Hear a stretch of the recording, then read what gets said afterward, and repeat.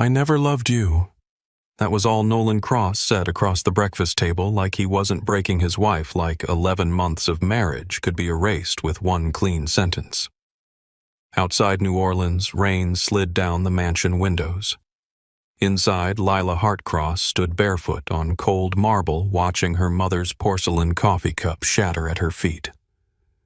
Maybe you've known that kind of silence.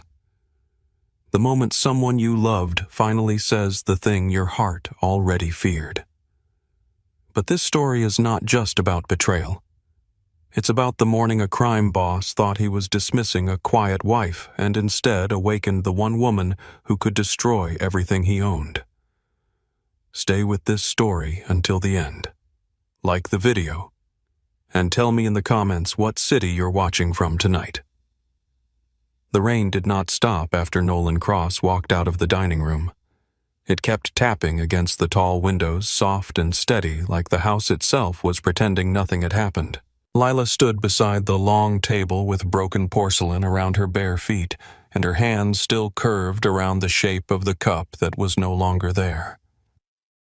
Rose Walker came in from the servants' hallway with a broom in one hand and a dustpan in the other. She was small, gray-haired, and quiet in the way only women who had survived powerful men learned to be quiet. She had worked in that house since before Nolan was old enough to wear his father's shoes. She knew which floorboards creaked, which guards drank on duty, which doors locked from both sides. She knew where the old family ghosts lived because she had been dusting around them for 30 years. But when she saw Lila, she did not look at the broken cup first. She looked at Lila's face. That was what nearly undid her. Mrs. Cross Rose said gently. Lila swallowed, but her throat felt full of glass. Did you know Rose did not answer fast enough? The silence answered for her. Lila turned her head slowly. How long? Rose lowered her eyes. The rain made a silver blur of the garden beyond the windows. Somewhere in the house, a door closed. Somewhere else, a man laughed faintly. One of Nolan's guards, probably unaware that a life had just collapsed 3 rooms away from him. How long? Rose placed the broom against the wall. Before the wedding, she said. The words landed softly, which made them worse. Lila gave a small laugh that had no humor in it. Everyone knew. Not everyone. Enough. Rose came closer, careful not to step on the porcelain. Your father knew what Mr. Cross was. He knew what kind of marriage this would be. My father sold me. Rose's mouth tightened. Your father was afraid. My father was never afraid of anything. That is what men like him want their daughters to believe.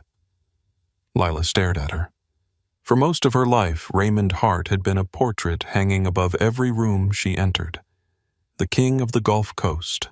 The gentleman criminal with silver hair, polished shoes, and hands that smelled faintly of tobacco and expensive soap.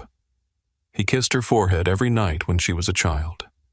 He taught her how to dance on the back porch while cicadas screamed in the Louisiana heat. He sent her to Tulane because her mother had wanted her educated, not ornamental, and then he died. And after he died, men came to the funeral in black suits and spoke softly over her shoulder. They shook her hand like they were measuring how much of her father was left inside her. 1 week later, Nolan Cross asked for her hand. Not with flowers, not with trembling, with Raymond's lawyer sitting beside him and armed men standing outside the room. Lila had thought it was protection. She had thought grief made the world look colder than it really was. Now she knew grief had been the only honest thing in that room. Rose bent down and picked up one large piece of the broken cup. The magnolia painted on it had split cleanly down the middle. Your father left something for you, Rose said. Lila blinked. What? Rose glanced toward the dining room doors. Not here. Lila wiped at her cheek and realized she was not crying. Her skin was dry. Her heart was not. That had gone somewhere deep inside her chest and curled into itself like a wounded animal. Rose stepped closer, lowering her voice. In his study, behind the fox hunt painting. Lila's breath caught. The old painting. Nolan hated that painting. He had wanted it taken down the week after the wedding. It was too dark, he said. Too old. Too much like Raymond Hart was still watching the house. Lila had refused. It was the only thing of her father's she had fought to keep. Rose continued. There is a safe behind it. Lila looked toward the hallway as if the study might answer for itself. The combination is your mother's birthday, Rose said. Not the one the world knew. The other one. Lila's hands went cold. Claire Hart had always joked about having 2 birthdays. The official one on her passport. The real one she whispered to Lila when they baked lemon cake together every October. October 3rd. Lila had been 6 when she asked why her mother needed 2 birthdays. Claire had smiled and touched flower to Lila's nose. Because before I was your mother, baby, I had to survive being someone else. Lila had not understood. Children rarely understand the truth when it first touches them. They only remember the shape of it later.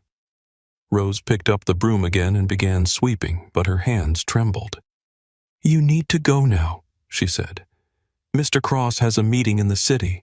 He will be gone for hours if Vincent Hale is there. The guards change at noon.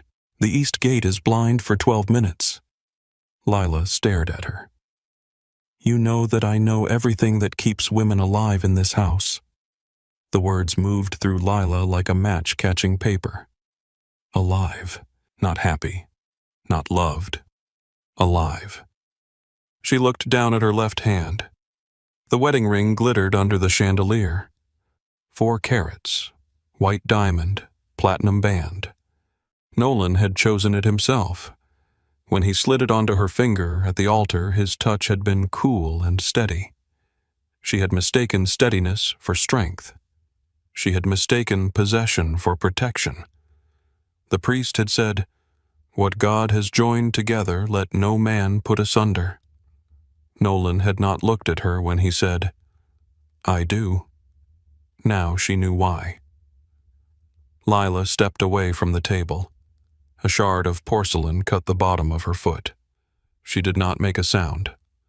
Rose saw the blood and started forward, but Lila lifted one hand. No. She walked out of the dining room, leaving a faint red mark on the marble behind her. The hallway to Raymond Hart's study felt longer than it had ever felt before. Everything in the Cross estate was designed to make people feel small. High ceilings, oil portraits, marble floors, windows tall enough to swallow whole trees. Nolan had filled the rooms with expensive furniture and silence. Even the flowers were changed before they had time to wilt. Lila passed 2 guards near the staircase. They straightened when they saw her. "Ma'am," one of them said. She nodded without stopping. Her face felt calm. That frightened her more than tears would have. She had imagined once that if her marriage truly broke, she would fall apart. She would scream. She would throw things. She would beg Nolan to take the words back. Instead, her body seemed to understand something her heart was only beginning to learn. Begging was for women who still believed the door might open. Lila had just found the wall. Raymond's study sat at the west side of the mansion facing the Oaks. Nolan rarely used it. He had his own office with glass walls, security screens, and a locked bourbon cabinet. Raymond's study was darker, older, full of leather and dust and the faint smell of pipe tobacco that should have disappeared years ago but never had. Lila shut the door behind her. For a moment she stood still. The room felt like her father.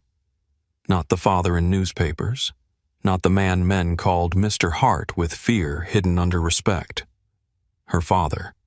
The one who lifted her onto his shoulders during Mardi Gras parades. The one who held her mother's hand at church. The one who cried at Claire's funeral with his face turned toward the rain so no one would see. The fox hunt painting hung above the fireplace. A pack of hounds chased a red fox through a winter field. Men in dark coats followed on horses' faces bright with sport eyes fixed on the animal running for its life.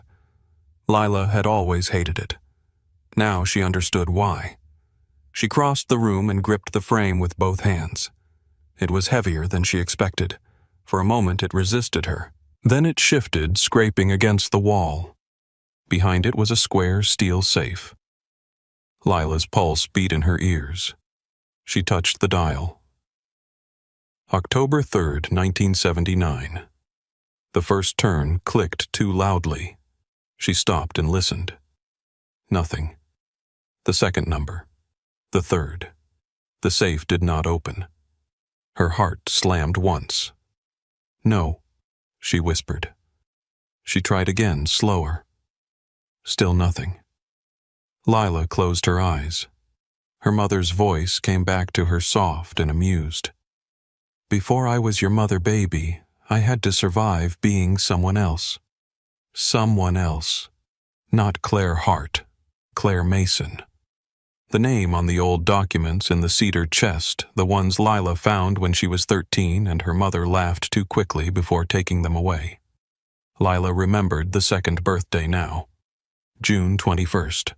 Her mother had called it the day I learned to run. Lila turned the dial. 6:21, 1978. The safe clicked. The door opened. Lila stood there for a long second, staring into a darkness that had been waiting for her. Inside was a thick manila envelope yellowed at the edges, a leather ledger wrapped in brown paper, a stack of photographs bound with a rubber band, a small black velvet pouch, and a letter with her name written across the front in Raymond Hart's strong, slanted handwriting. Lila. Not Mrs. Cross, not my daughter, just Lila. Her fingers shook as she opened the letter. My beautiful girl. If you are reading this, then I am gone, and the man I gave you to has finally shown you the shape of your cage. Lila gripped the paper so hard it wrinkled. Forgive me if you can. Hate me if you must. I knew Nolan Cross would never love you the way you deserved. I knew because men like Nolan are built in rooms where love is treated like a weakness, and mercy is beaten out before boyhood ends. I did not give you to him for love. I gave you to him because every wolf in the South was waiting for my grave to cool before coming for you.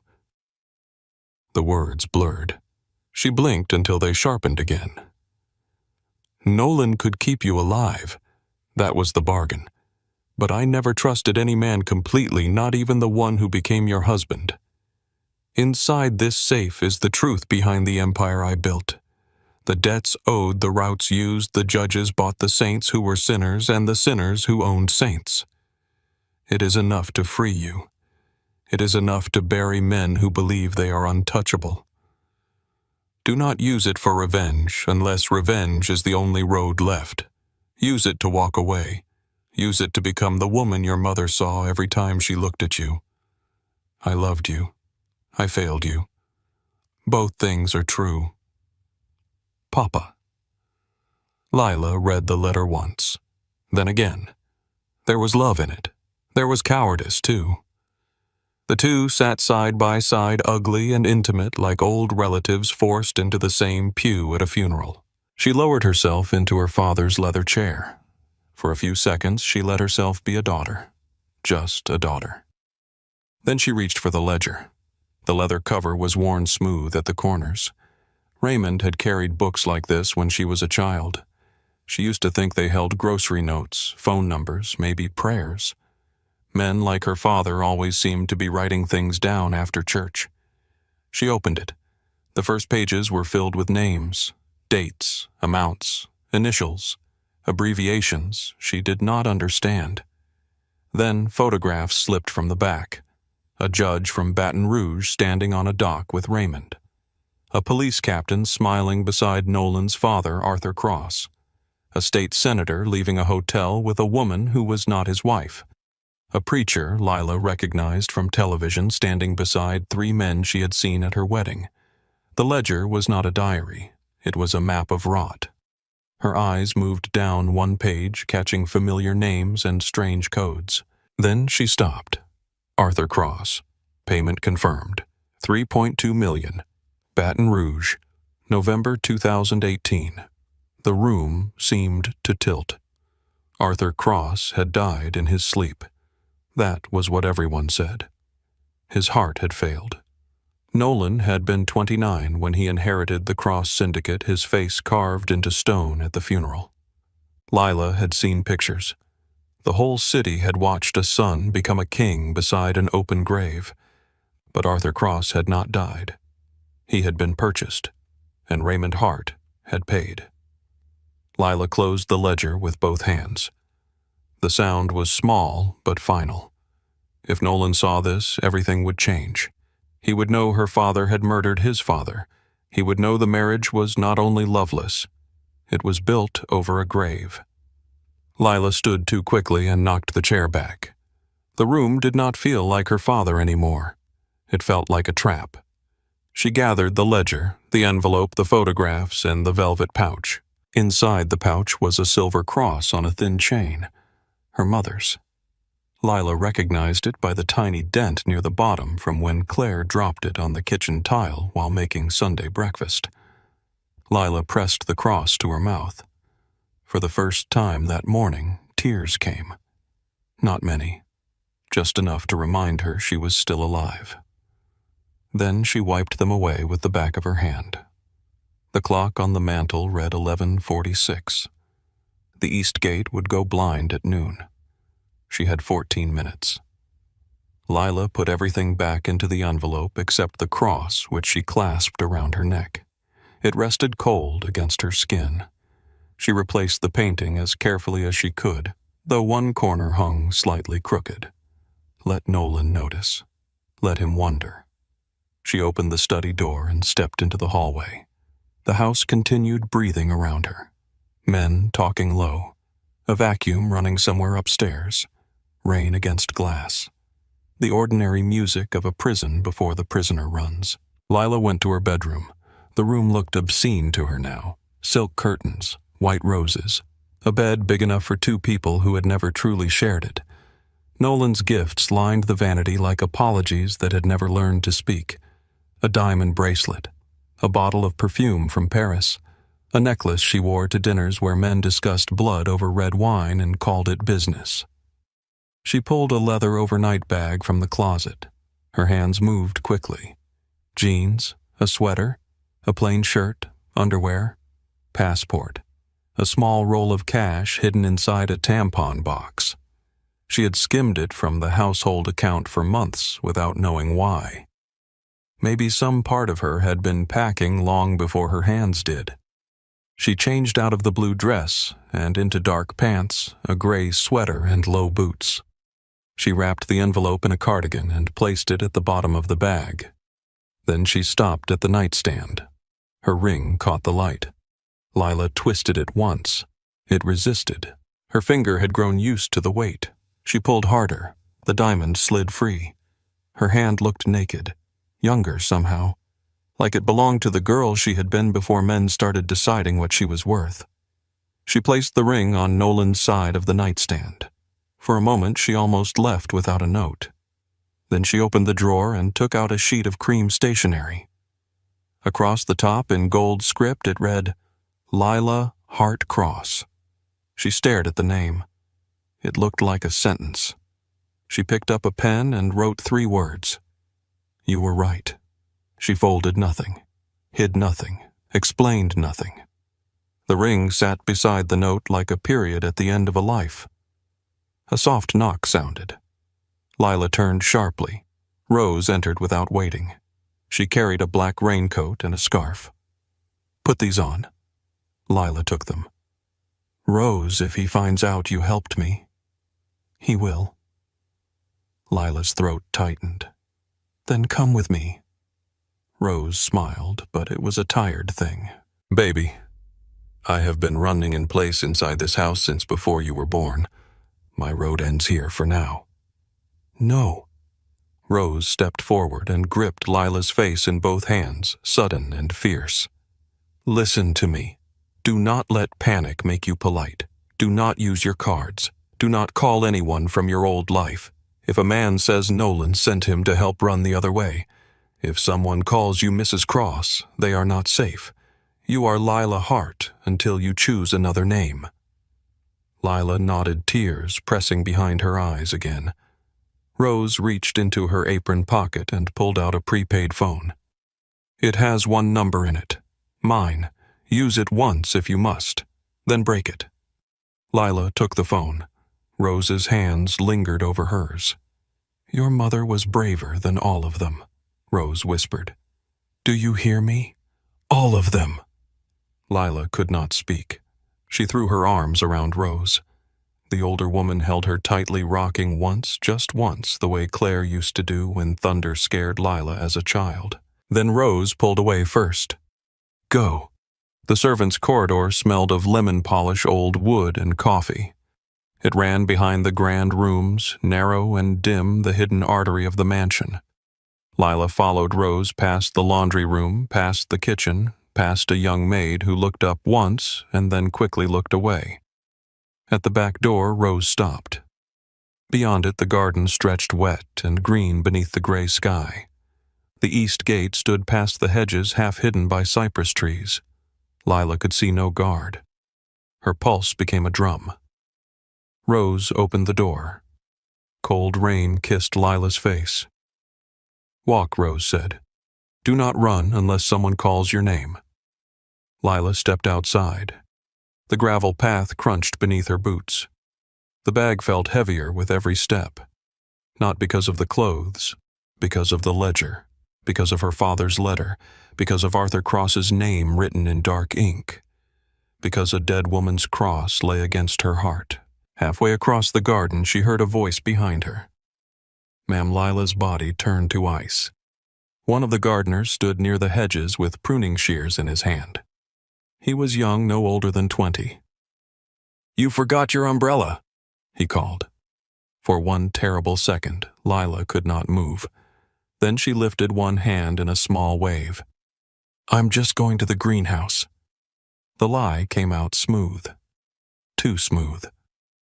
The gardener nodded and went back to the hedges. Lila kept walking. 10 yards, 5. The east gate was iron-painted black, wet with rain. She pushed it open slowly, praying it would not scream on its hinges. It gave with a soft groan. Outside was a narrow service road lined with live oaks. A yellow cab waited beneath the trees. Its windshield wipers moved back and forth, steady as a heartbeat. Lila stood with one hand on the gate. For 11 months, the Cross estate had been her whole world. Her bedroom, her dining room, her carefully arranged prison. Inside those walls, she had been lonely, humiliated, watched, managed, protected, displayed. But she had also been fed, sheltered, named.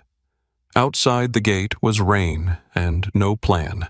Outside the gate was every enemy her father had made. Outside the gate was Nolan's wrath. Her hand tightened around the iron. For 1 weak second she wanted to go back upstairs, put the ring on, lie down in the bed, and pretend the morning had not happened. Then Nolan's voice returned clean and cold. I never loved you. Lila stepped through the gate. The cab driver did not turn when she opened the back door. He only looked at her once in the rearview mirror. Older man. Brown skin weathered by sun. Gray beard. Tired eyes that had seen too many people leave places they were not supposed to leave. Where to, he asked. Lila slid into the back seat and closed the door. The Cross estate stood behind her, white and perfect beyond the trees. She looked at it one last time. I don't know yet, she said. The driver studied her in the mirror. Then he put the car in drive.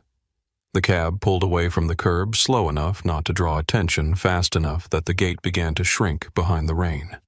Lila pressed one hand over the envelope hidden in her bag and the other over her mother's cross. The mansion disappeared behind a bend in the road. Only then did she breathe. The first breath did not feel like freedom. It felt sharp. It felt stolen. Lila sat in the back of the cab with her wet coat wrapped tight around her body, the envelope hidden beneath her bag, and the city slipping past the windows in streaks of gray and green. New Orleans looked ordinary outside the glass. Corner stores opening their doors, a woman carrying groceries under one arm, A man in a rain poncho pushing a stroller across a cracked sidewalk. Life kept moving as if Lila had not just walked out of a mansion with a dead man's secrets pressed against her ribs.